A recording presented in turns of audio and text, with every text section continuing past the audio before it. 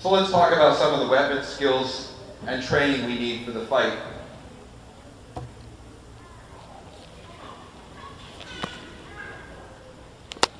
I use the sword for imagery, for impact. Does it make an impact? It does, especially with my son. So I got clapping here in the front. Why do I use a sword as imagery? Well, we've had saints in the past who used swords. St. Joan of Arc, she received the sword at an altar. St. Ignatius of Loyola laid his sword at the altar of Mary. Swords have been used throughout the Bible. It's a sign of strength. It's a sign of battle. It means we're mean business.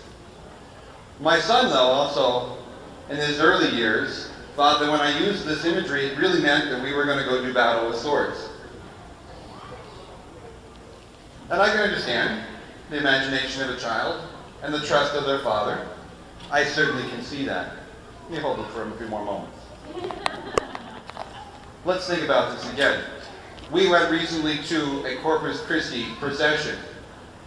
And as we were waiting for our time to join the procession, and we have the real presence of Jesus being led outside of the church, and Gregorian chant being sung, I sat there for a moment and I whispered over to my son, I said, doesn't that look like a great Catholic army? Doesn't that look like a great Catholic army? It really is. The faithful, following their leader, Jesus Christ. You know what my son said? My son says, I don't think all of them are going to be able to hold up swords and fight with them. That is true. That is true. They may not hold swords, the young, the old. They can hold these.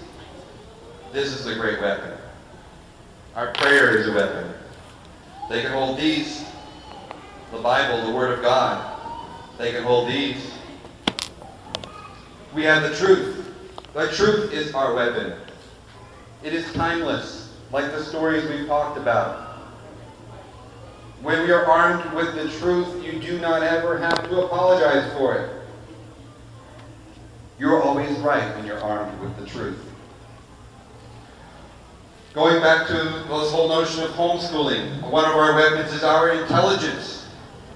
Why is it so important for us to homeschool, to form our mind, the minds of our children? It's because how many times in the Bible is wisdom seen as such an ultimate virtue to have?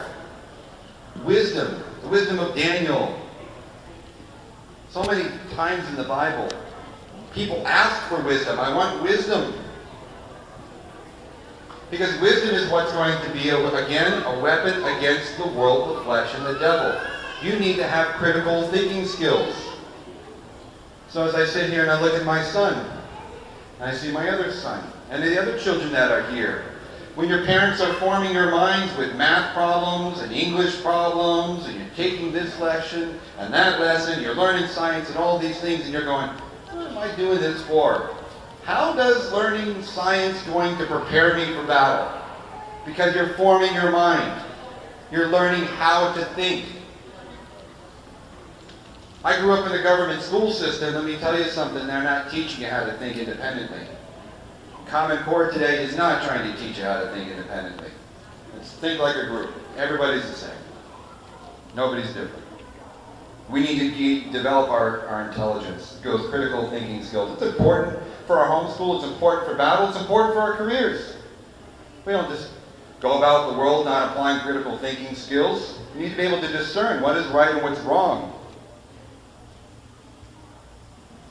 Another thing to make note here with regards to the intelligence in our homeschools is the importance for them all to be so aware of the supernatural. They need to know about the supernatural world as much as they do the natural world. If they know about birds and bugs, chemistry, biology, math, science, languages, literature, they also need to know about the saints. They need to know about the angels. They need to know about demons. Heaven and hell, purgatory. Heaven and hell is barely even spoken of in many parishes today when you hear a homily. It actually doesn't exist anymore. Or that nobody really goes to hell anymore. I mean, just, you do your okay job, you do the bare minimum, you're going to make your way into heaven. You'll squeak by. Father Karabi used to say, so many people have one foot in hell and the other foot on a banana peel. How many times the attitudes are with regards to hell, like, what's the bare minimum I have to do to get into heaven? I want to play with fire as much as possible. That can't happen. We need to be so aware of the supernatural. That comes down to bedtime and all the other moments of the day.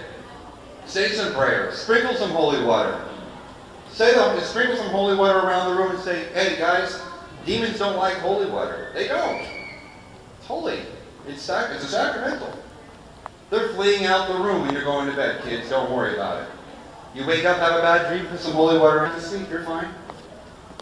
St. Michael. Then I've done this in my own personal life. You may not have a sword in your hand, big girty metal sword in your hand, but there are real enemies out there, spiritual enemies. I tell my kids, and I do this myself, all of us do this. If you have a temptation coming about you, say a little prayer to St. Michael and say, St. Michael, can I borrow your sword for a moment? And in your mind, he's slashing at the demons that are bothering you. Why not? The supernatural is as real as the natural. We may not always see it, but it's real. Study the tactics of your enemy. When we Catholic homeschool and we bring our children home, we're not avoiding the world. We're not withdrawing them like, hey, retreat! Blow the bugle, run home, turn off the TV, shut ourselves in and say, we're never going outside again. That's not the case. We're training the minds of our children. We're training them the tactics of the enemy so that when they see it, they know it. Think of what commander doesn't prepare his troops for what's going to come. You gather all the intelligence that you can. You get it ready. Say, kids, when you go out in the world, these are the things that you're going to see. You see something on TV that doesn't rub you the right way. Point out to them. Look at these advertisements. Do you understand what they're trying to get you to do? Smoking is cool. Fornication is cool. It's damaging. And let me tell you why.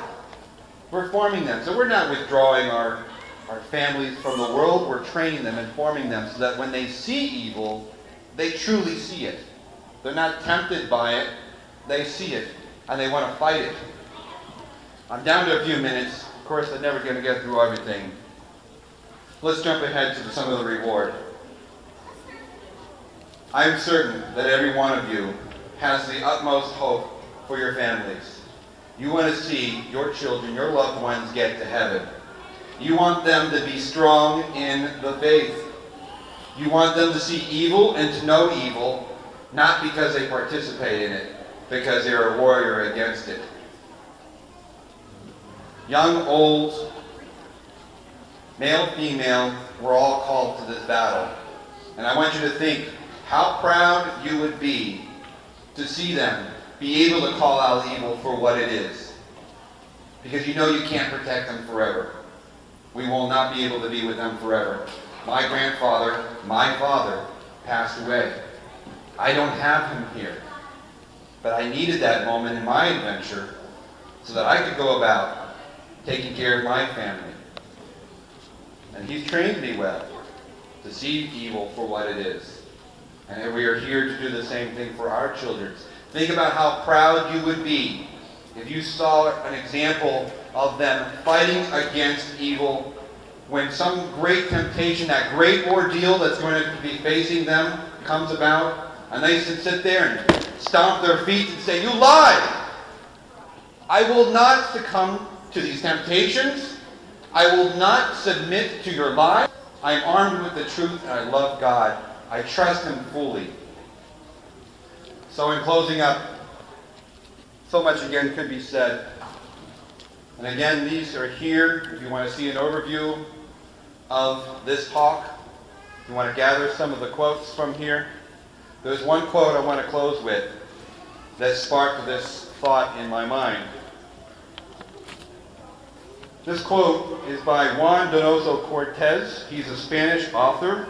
a conservative and Catholic political theorist that sums up this talk real well. It's a little long quote, and again, you're going to want to take this home with you. He says, "There is no man, let him be aware of it or not, who is not a combatant in this hot contest. No one who does not take an active part in the responsibility of the defeat or victory. The prisoner in his chains and the king on his throne, the poor and the rich, the healthy and the infirm, the wise and the ignorant, the captive and the free, the old man and the child, the civilized and the savage, share equally in the combat.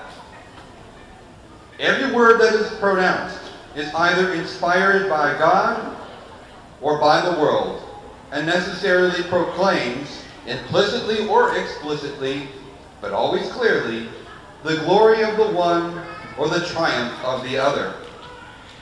In this singular warfare, we all fight through forced enlistment. Here the system of substitutes or volunteers finds no place. In it is unknown the exception of sex or age.